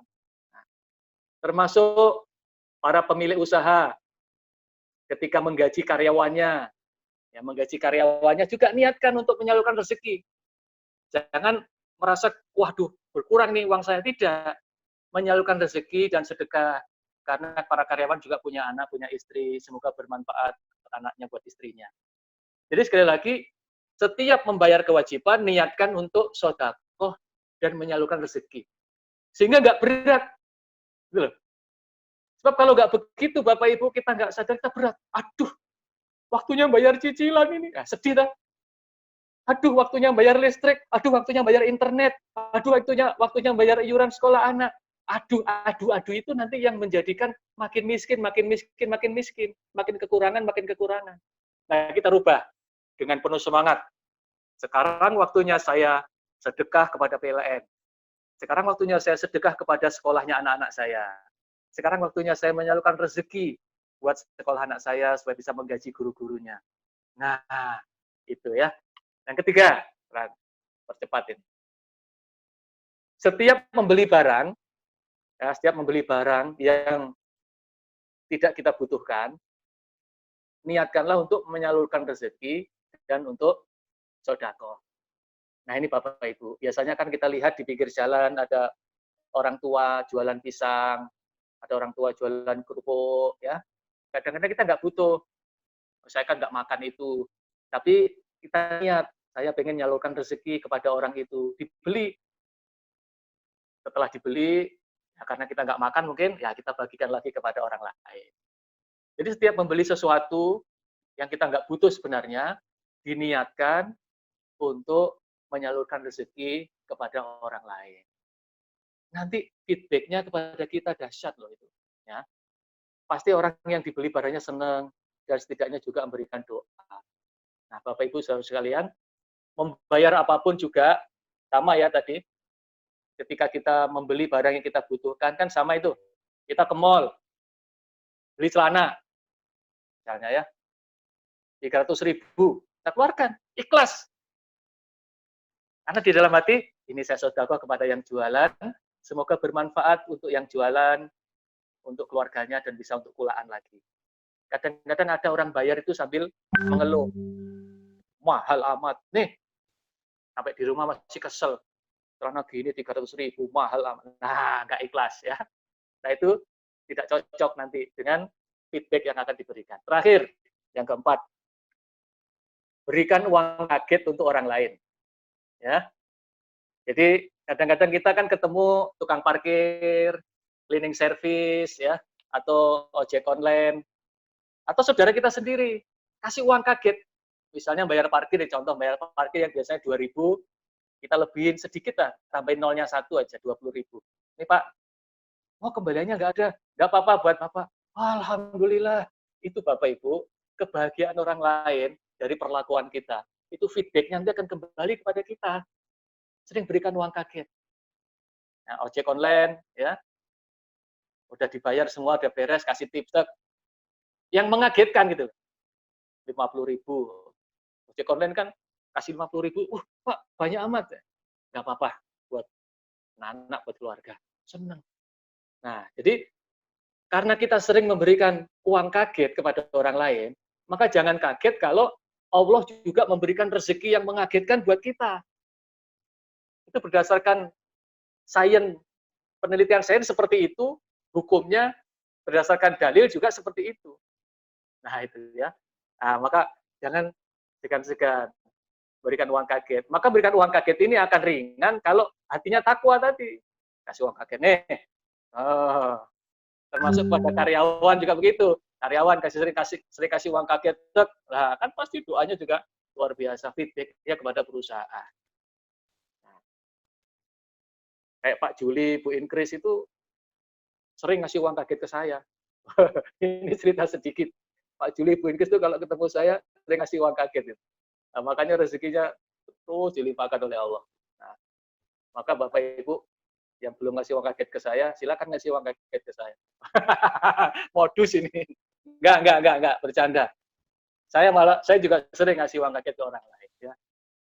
Jadi Bapak Ibu saudara sekalian, Alhamdulillah. nah itu, karena memang jalannya seperti itu. Kiai Haji Agus Darmawan, kalau udah kenal ya. Setiap ketemu saya itu pasti juga ngasih uang kaget. Malah Kiai Agus itu ngomong, saya aneh kalau ketemu Ustadz Dep ini, pengennya ngasih duit. Emang mukanya muka apa saya? Nah, jadi Bapak Ibu saudaraku sekalian, ini hanya sedikit cerita, ya. Jadi seperti itu kenyataannya. Nah, percuma 4 cara kaya ini kalau hanya kita baca dan kita catat tanpa kita praktekkan. Ayo kita praktekkan supaya betul-betul kita menjadi orang-orang yang kaya berkah dunia dan akhirat, kaya yang bertakwa. Bapak Ibu jangan lupa ini ya. Kejar, kembangkan bisnis Armina Daily dengan selebar-lebarnya, kembangkan jaringannya seluas-luasnya. Ya. Jemput rezeki Allah sebanyak-banyaknya melalui usaha ini, tapi tetap remnya dipasang, ketakwaannya dipasang. Karena ingat, harta akan semakin berkah dan bermanfaat di tangan orang yang bertakwa, dan harta akan mencelakakan dan menyengsarakan kalau dipegang orang-orang yang kurang bertakwa. Naudzubillah min dzalik, kita jangan sampai seperti itu. Nah, Bapak Ibu saudaraku sekalian, kayaknya sudah cukup panjang ini yang saya sampaikan. Sudah 1,5 jam, ya mungkin perlu kita akhiri. Kapan-kapan disambung lagi. Kurang lebihnya, mohon maaf yang sebesar-besarnya. Ada kata yang kurang berkenan, yang menyinggung perasaan, saya minta maaf yang sebesar-besarnya. Terima kasih. Jazakumullah khair. Assalamualaikum warahmatullahi wabarakatuh. Waalaikumsalam. Wah, jazakallah khairah, Mas Dev. Alhamdulillah hari ini kita sudah mendengarkan fatwa-fatwa nasihat-nasihat pengingat kita untuk lebih menjadi kaya tadi ya. Masya Allah, ini emang orang kalau ketemu Mas Dev jadi ingat buat amal gitu Mas. Jadi ngasih uang kaget ke Mas Dev tuh langsung ya. Masya Allah, Masya Allah. Ingatkan. Oke. Baik Bapak Ibu. Nah ini waktu sudah jam 10:30 nih ya. Emang kalau udah menyentuh gitu ya perasaannya itu suka aktif nggak kerasa gitu ya, waktunya cepet banget ya. Lalu tapi gimana nih Mas Dev? Boleh nggak dikasih teman-teman ini udah ada beberapa yang raise hand nih. Gimana, ada yang mau menyampaikan langsung ke Mas Dev langsung nih, ada yang mau bertegur sapa atau menyampaikan sesuatu? Boleh diizinkan Mas Dev? Atau Ya, gimana? boleh. Yang mau nanya juga boleh, tapi jangan susah-susah, nanti saya nggak bisa jawab. Iya. Silakan ya, boleh. Yang mau nanya juga boleh, tapi jangan pertanyaan yang sulit ya. Saya nggak bisa jawab. Baik. Oke, kalau gitu ya. Siap. Kalau gitu langsung aja ini saya nggak usah bacain ya, langsung aja ya ngobrol langsung nih dengan Asmaul Husna. Gimana Asmaul Husna? Boleh saya persilahkan kepada Asmaul Husna. Ini raise hand, bener raise hand, bukan kepencet kan ya Bu? Maaf. Monggo. Pada Asmaul Husna kami persilahkan. Yang sudah raise hand, saya persilahkan buat ngobrol. Mana orangnya nih? Saya ngobrol sama AC atau sama atap ruangannya. Oke, kalau gitu kita next aja ya, langsung ya. Selanjutnya udah ada raise hand juga, ada Eli Zunita. Eli Zunita. Mana? Pada Eli Zunita kami persilakan, monggo. Bu Eli. Iya, udah saya unmute. Assalamualaikum warahmatullahi wabarakatuh. Waalaikumsalam. Waalaikumsalam warahmatullahi wabarakatuh. Alhamdulillah ilmunya luar biasa. Saya hanya ingin menanyakan apa yang sebaiknya kita lakukan saat kita bangun di pagi hari.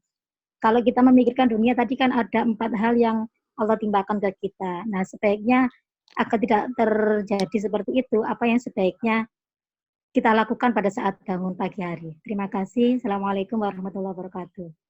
Waalaikumsalam warahmatullahi wabarakatuh. Waalaikumsalam. Langsung dijawab ya. Oke. Monggo, mau langsung dijawab Mas Dev? Ya, Ibu siapa tadi? Ibu Dengan Ibu Eli Zunita. Eli. Ya, ini Bu Eli ya. Apa yang sebaiknya Iya. dilakukan bangun tidur ya?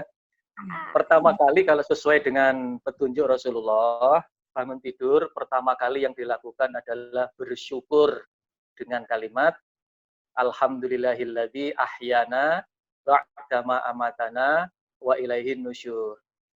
Segala puji bagi Allah yang telah membangunkan saya, menghidupkan kembali diri saya setelah sejenak tadi Allah matikan diri saya di dalam tidur.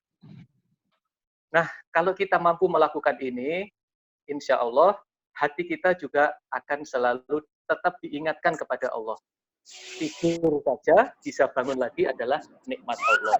Sehingga kedepannya nanti setiap hal yang kita cintai, setiap hal yang kita hadapi, itu semuanya kita sadar adalah nikmat Allah. Dengan cara demikian, insya Allah akan terhindar dari pikiran-pikiran dunia tadi.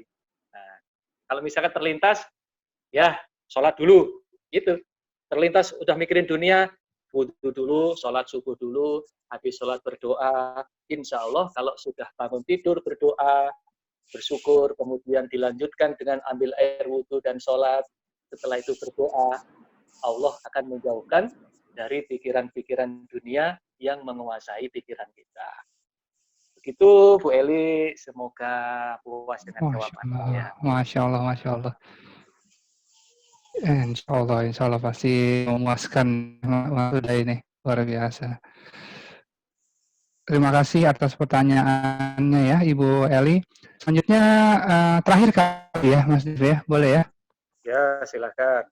Ini ada dari Yusitalina, Ibu Yusitalina ya. Monggo Bu Yusita, kami persilakan sudah saya unmute. Assalamualaikum warahmatullahi wabarakatuh. Waalaikumsalam. Waalaikumsalam warahmatullahi wabarakatuh. Ya. Mas Eri semuanya. Ya, monggo Ibu.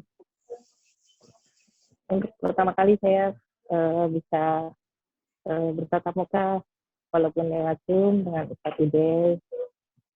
Alhamdulillah kajian hari ini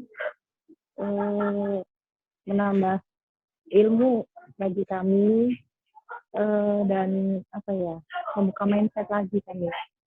Saya cuma ingin tanya Ustaz, amalan apa yang bisa membuka hati kita untuk bisa lebih baik dari yang sekarang? Itu aja sih Ustaz. Mungkin mungkin pertanyaannya apa ya, tapi saya pengen lebih tahu aja. Itu aja sih Ustaz. Terima kasih. Assalamualaikum warahmatullahi wabarakatuh. Waalaikumsalam warahmatullahi wabarakatuh. Waalaikumsalam warahmatullahi wabarakatuh. Yusita ya, amalan yang Iya, bisa betul. membuka hati. Banyak sih sebenarnya.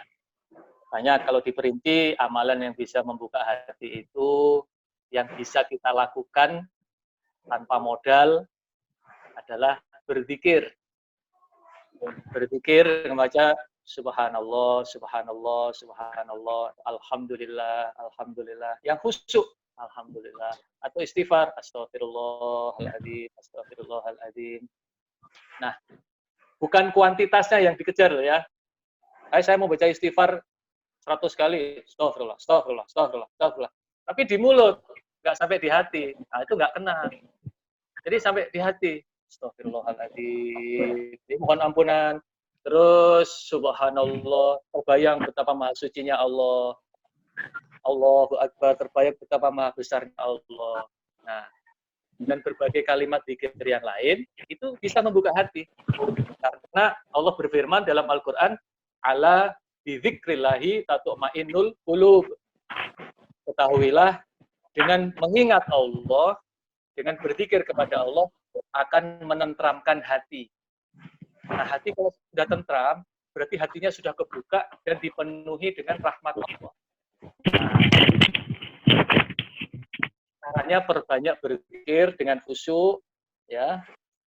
Ditambah lagi baca Quran dengan khusyuk, boleh juga dengan sholat sunnah duha atau sholat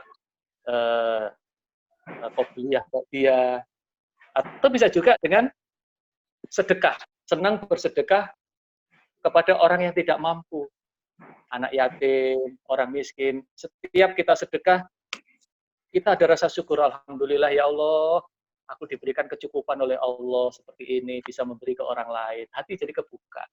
Nah ya, itu aja dulu dicoba ya, cara yang lain nanti di kelas berikutnya. Demikian Bu Yusita ya. Alhamdulillah, jazakallah khairan. Mas Dev, luar biasa. Bu Yusita sudah terjawab ya, insya Allah ya. Alhamdulillah.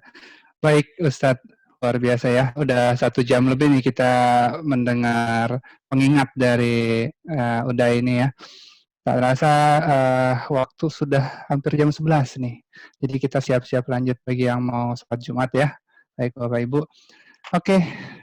Oke guys, waktu sudah mau selesai. Saya mau mengingatkan sekali lagi nih tadi ada pesan-pesan dari direksi Armina Deli ya, bahwa ditunggu sebentar lagi bahwa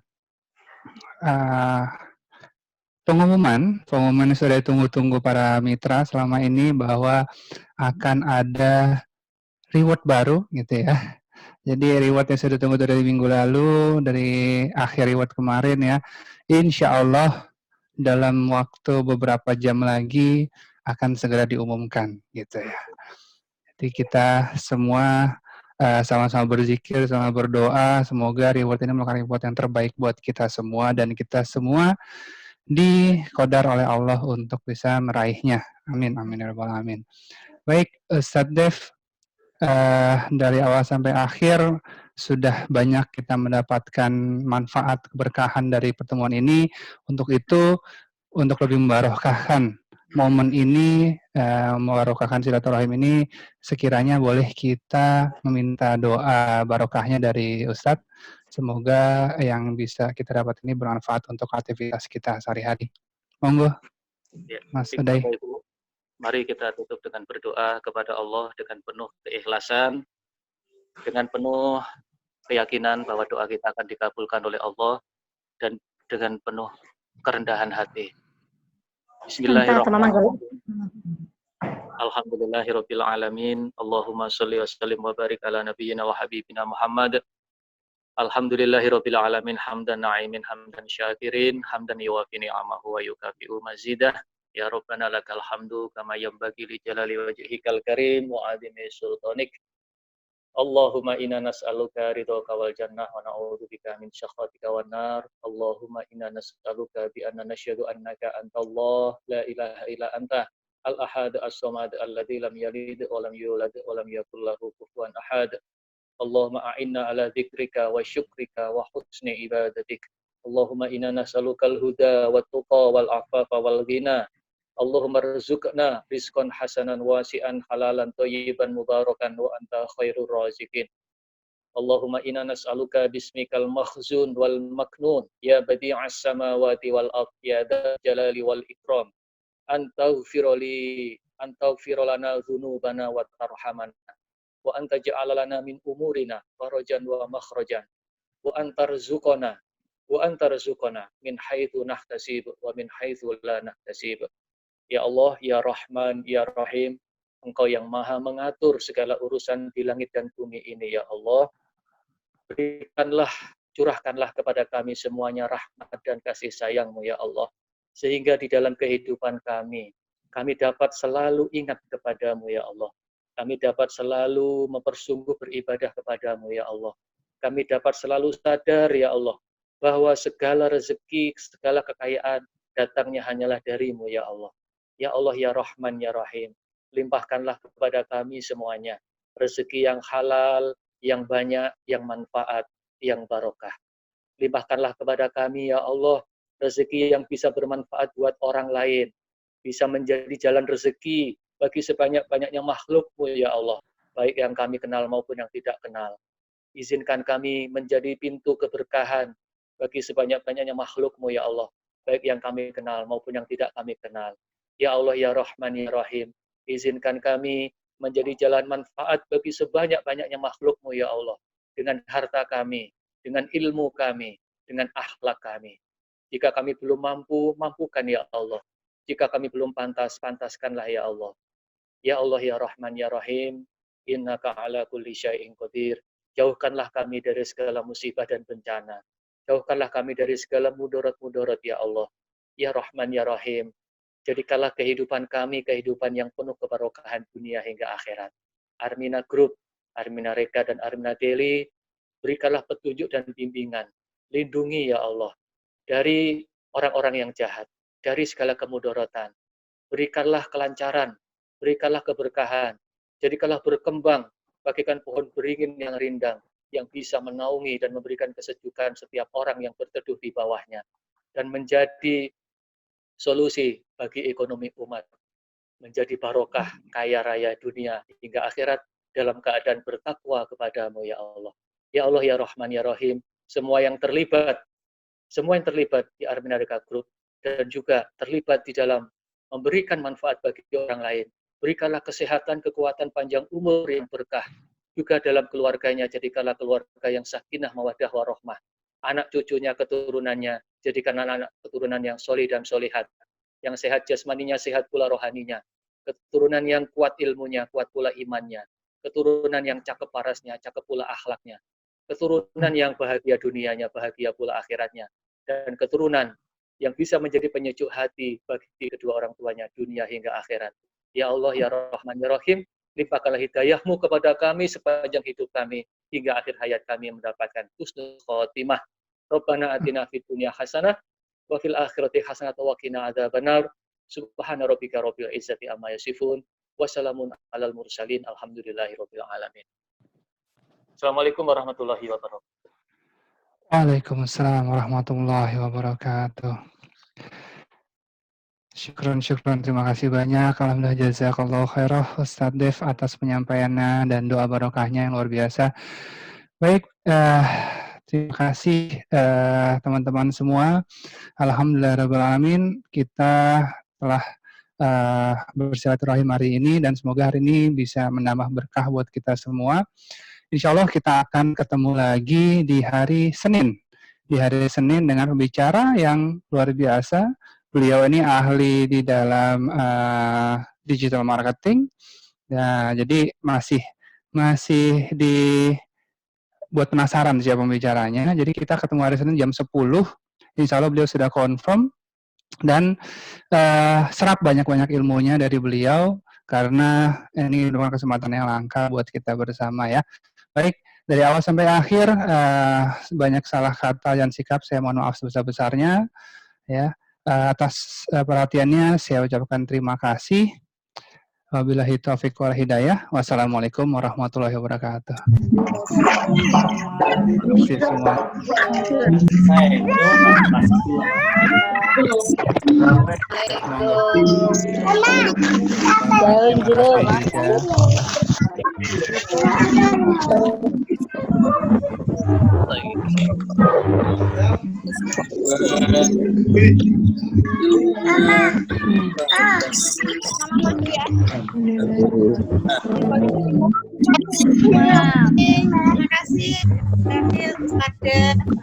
Terima kasih Ustaz, terima kasih Mas Ariel.